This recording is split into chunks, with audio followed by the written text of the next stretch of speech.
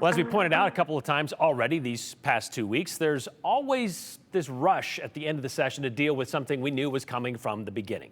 Governor Little's huge pitch in his State of the State address, that $2 billion to fix school facilities that have been underfunded for decades, was thought to be a done deal when he signed House Bill 521 into law last week. But it seems that bill wasn't, well, fully baked. Let's bring in Joe Paris now, because, Joe, we talked about this a couple of weeks ago as well, about 521 when it cleared the Senate. There were going to be some trailer bills that were going to come along to kind of fix the issues that many had with this bill when they voted for it. Well, it looks like all the trailer bills, Brian, they ended up kind of in one bill altogether here at the end of the session. So the answer to the question from lawmakers about, well, do we have some holes in this 521? The answer seems to be draft more legislation to fix the other legislation. And this is typical. It happens at the end of the legislature every year. But early this morning, a combination of fixes all mixed in together appeared in the House Education Committee. House Bill 766 is 9 pages of pretty in-depth language to address basically 6 different issues that lawmakers saw with 521.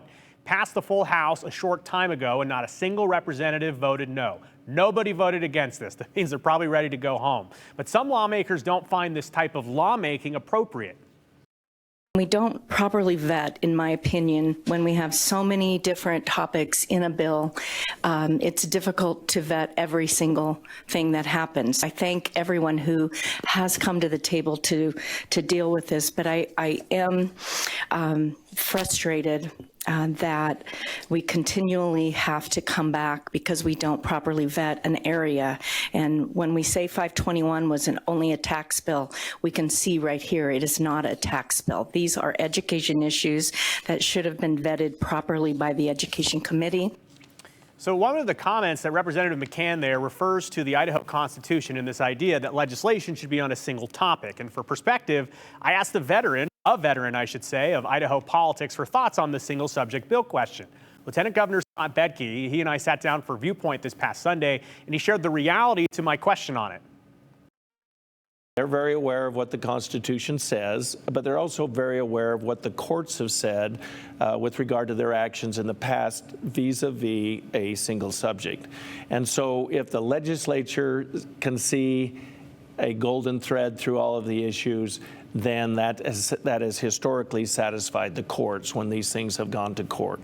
Well, what you had, though, was you had a popular idea.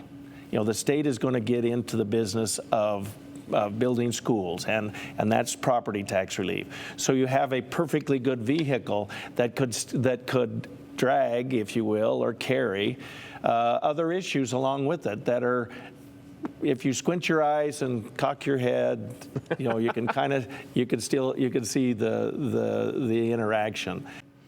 So that's the reality of what happens down at the State House. And Brian, the question is, especially here at the end of the session, what can be done in the future to avoid situations we are in right now? Because we heard from lawmakers, and I've privately heard from lawmakers that say, okay, there's a 9-page bill that's got some very intricate language. If there's a mistake made in there, the time between committee and the House floor vote, and this isn't accusing anyone of anything, there's just not enough time, according to some lawmakers, to get through all these things. And you heard from the Senate side that they were upset and had concerns about voting on a resolution about if racism is bad, and they needed more information about something going on up north in North Idaho. So when you circle this back into taxes and education and 4-day school weeks, and you put everything into one bill, right, it can get very complicated. Well, as I heard Lieutenant Governor Bedke say during that Senate session last week, I believe, when they were passing 521, they decide what's constitutional, I guess, is what he was saying, that the legislature decides that. Courts can get involved, but at some point, they make the rules.